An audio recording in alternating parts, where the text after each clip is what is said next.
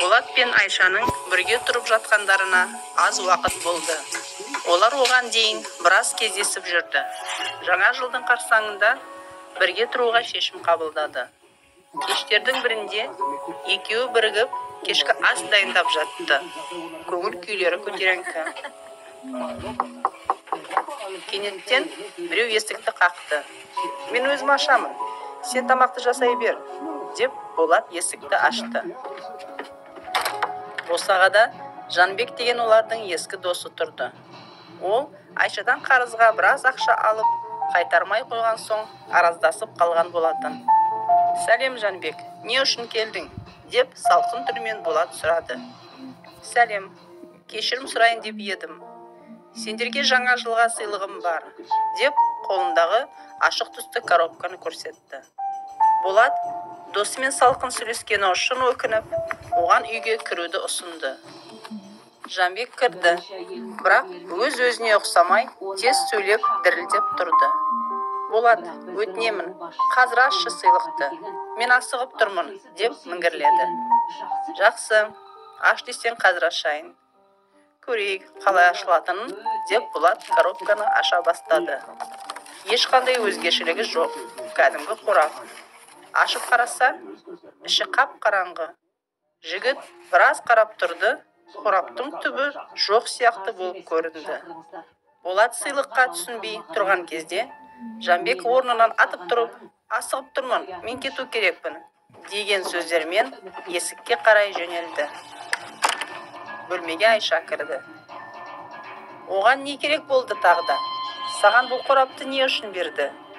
Деп ашуланып сұрады. Ол Болаттың Жанбекті үйге кіргізгенін жақтырмады.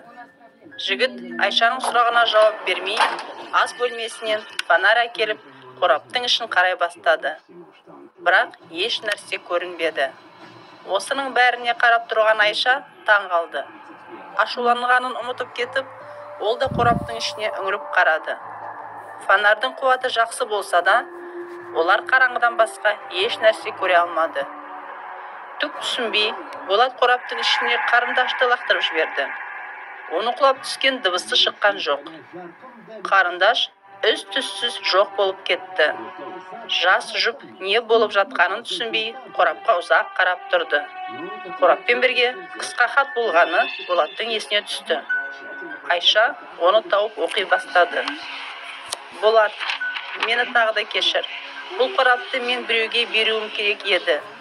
Қораптан көзіңді алма. Сен қарап тұрған кезде ғана ол қозғала алмайды.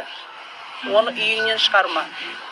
Айша хатты оқып болған кезде, қораптың ішінен біреудің басы көрінді.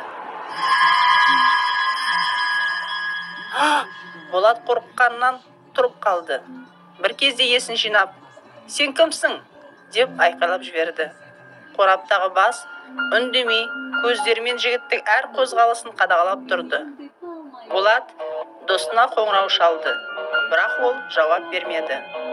Неге ол саған үңіліп қарап тұр? Оған не керек? Деп қыз дірілген даусымен жігіттен сұрады. Білмеймін, бізге тез кету керек, деп Болат жауап берді. Сол сәтте олардың қарап тұрмағанын көріп, коробканың ішіндегі бастың қолдары шыға бастады. Қысқа хаттың ішінде жазылғаны рас болып шықты. Біреу қорапқа үнемі қарап тұру керек. Болат, қорықпа, мен өзім қарап тұрамын. Сен тез Жанбекті тауып әкел, деді ол жігітке. Болат қыздың қолына пышақ ұстатып, тез арада келемін деген уәде беріп, үйден шығып кетті. Ол көлікте келе жатып, досына тағы қоңырау шалды. Досы трубканы алды. Оның айтуынша, енді Болат сол бастың жаңа иесі. Одан көзін алмай қарап тұру керек екені анықталды. Үйіңе оралма, деп Жанбек трубкаға айқайлап жатты. Бірақ жігіт көлікті күрт бұрып, үлкен жылдамдықпен үйіне қарай жүре бастады. Жігіт пәтерге жүгіріп кірді. Ешкім көрінбейді. Заттардың барлығы ретсіз жерде жатыр. Жарық жоқ. Ары бері жүріп, Айшаны да, қорапты да таппады. Кенеттен Подвалдан дыбыстар шыға бастады. Болат фонарды алып, астына түсті. Алдында қараңғы бөлмеде қораптағы адам тұрды. Мен сені көріп тұрмын, деп Болат айқайлай бастады. Күтпеген жерден жігіт үстінен шығып жатқан дыбыстарды естіп, алдында тұрған адамнан көзін алып еді, ол бірден жоғалып кетті.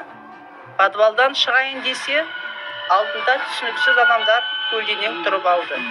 Болат басқа жаққа қараған кезде, олар оған қарай жылжи бастайды. Жігіт сұмдық сезіммен кезек алдындағы адамға, бірде үстіндегі фигураларға қарап тұрды. Минут сайын олар жігітке жақындап жатты. Кенеттен барлық жерде жарық сөнді.